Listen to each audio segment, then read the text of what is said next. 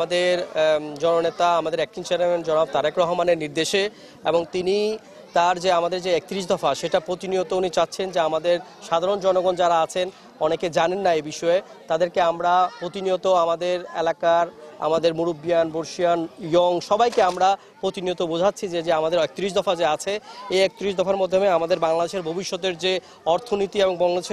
বাংলাদেশের যে মুক্তি যে পথ সেটা ইনশাল্লাহ সুগম হবে। এবং এই ৩১ দফাতে আপনারা জানেন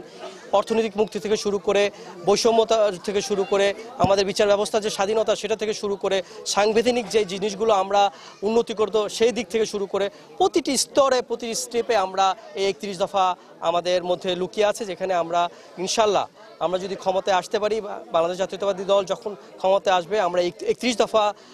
মাধ্যমে আমরা বাংলাদেশকে একটি স্বনির্ভর বাংলাদেশ এবং বিশেষ করে আমাদের প্রয়াত নেতা মরহুম আমাদের জিয়াউর রহমান সাহেবের যে অসমাপ্ত কাজ, তার যে স্বপ্ন, সেই বাংলাদেশকে সোনার বাংলাদেশ গড়ে তোলার জন্য আমরা কাজ করে যাব এবং অ্যাক্টিং চেয়ারম্যান জনাব তারেক রহমান সাহেব সেই আলোকে কাজ করে যাচ্ছেন। এবং আপনারা জানেন আমরা ইতিমধ্যে আমাদের অ্যাক্টিং চেয়ারম্যান জনাব তারেক রহমান অনেকগুলো টিম অলরেডি তৈরি করেছেন, যেখানে আমরা প্রতিনিয়ত কাজ করে যাচ্ছি কিভাবে বাংলাদেশকে উন্নতি করা যাবে এবং কিভাবে বাংলাদেশকে এই যে বিশৃঙ্খলা, এই যে বৈষম্য, এই যে অর্থনৈতিক যে দুরবস্থা, এই যে শিক্ষা ব্যবস্থা যে এতটা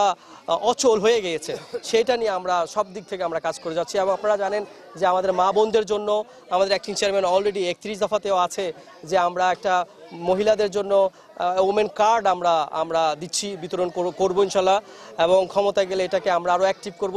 যা এই কার্ডের মাধ্যমে আপনারা জানেন যে আমরা মহিলাদেরকে স্বাবলম্বী করার জন্য তাদের জন্য কাজ করব ইনশাল্লাহ।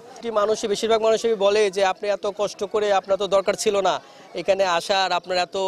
লাক্সারি লাইফ বা সব কিছু ঠিক ছিল। বাট আমার যে কি বলবো, আমি প্রবাসী থেকেও ওনারা ভালো করে জানেন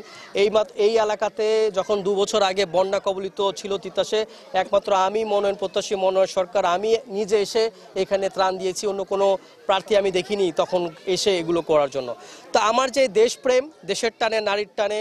দেশ, আমি যখন এখানে ছিলাম দেশে আমি পড়াশোনা করেছি, দেশ থেকে আমি অনেক কিছু নিয়েছি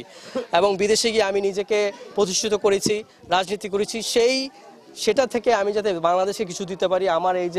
যে আমাদের মুরব্বিয়ান, এই যে ইয়ং মানুষজন, এই যে যারা অনেকে সহজ সরল মানুষ, তাদেরকে যাতে আমি একটি সুন্দর পথ দেখাতে পারি, যাতে এই এলাকা হোমনা এবং তিতাস উপজেলা যাতে একেবারে স্মার্ট আধুনিক এবং মডেল একটা থানা হতে পারে। কেননা আমি যেগুলো দেখেছি আমাদের প্রবাসে এখানে হওয়া উচিত এবং এখানে হতেই পারে যদি একটু মাত্র আমাদের সততা এবং দেশপ্রেমিক থাকে। সেই আলোকে আমি মনে প্রাণে চাই যে আমরা যখন লন্ডনে যাই, ইউরোপে যাই, আমরা মনে করি এটা মনে হয় ম্যাজিক হয়ে গেছে, বাট না,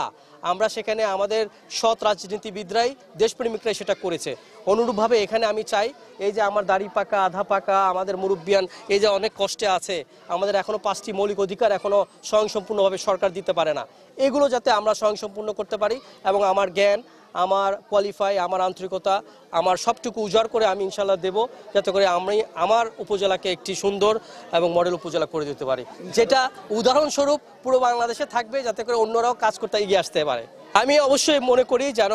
আমাদের অ্যাক্টিং চেয়ারম্যান তারেক রহমান সাহেব তিনি প্রতিনিয়ত বলছেন যে নেতা পাশে সাধারণ জনগণ থাকবে, যে নেতার পাশে আপামর জনগণ থাকবে, যে নেতা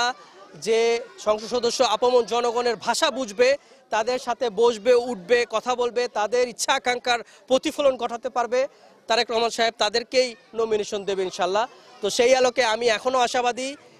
আশাবাদী, যেহেতু আমাদের হোমনা তিতাসের আসনটা এখনও ডিক্লেয়ার করা হয় নাই, আমি এখনও আশাবাদী, এখনও কাজ করে যাচ্ছি যাতে করে এই হতভাগা যে মানুষগুলো আছে তাদেরকে সাথে পাশে কাঁধে কাঁধ নিয়ে আমি আমার এই এলাকা ঘুরতে পারি। এবং তারেক রহমান সাহেব তিনিও এটা চান যে সাধারণ জনগণ মানুষ যার পাশে থাকবে তাকেই নমিনেশন দেওয়া হবে এবং সেটাই আমি আশাপ্রাপ্ত ইনশাল্লাহ।